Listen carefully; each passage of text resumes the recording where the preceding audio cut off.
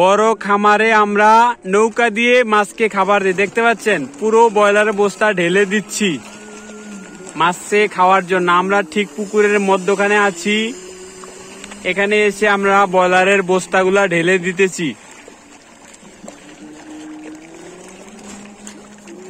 এটা হলো আমাদের মনোসেক্স তেলাপিয়া মাছের খামার।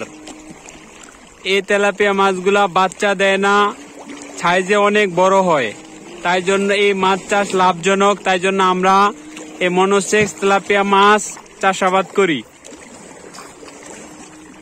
পুকুরের মাঝখানে চলে আসছি আমরা, পুরো পুকুরের মাঝে।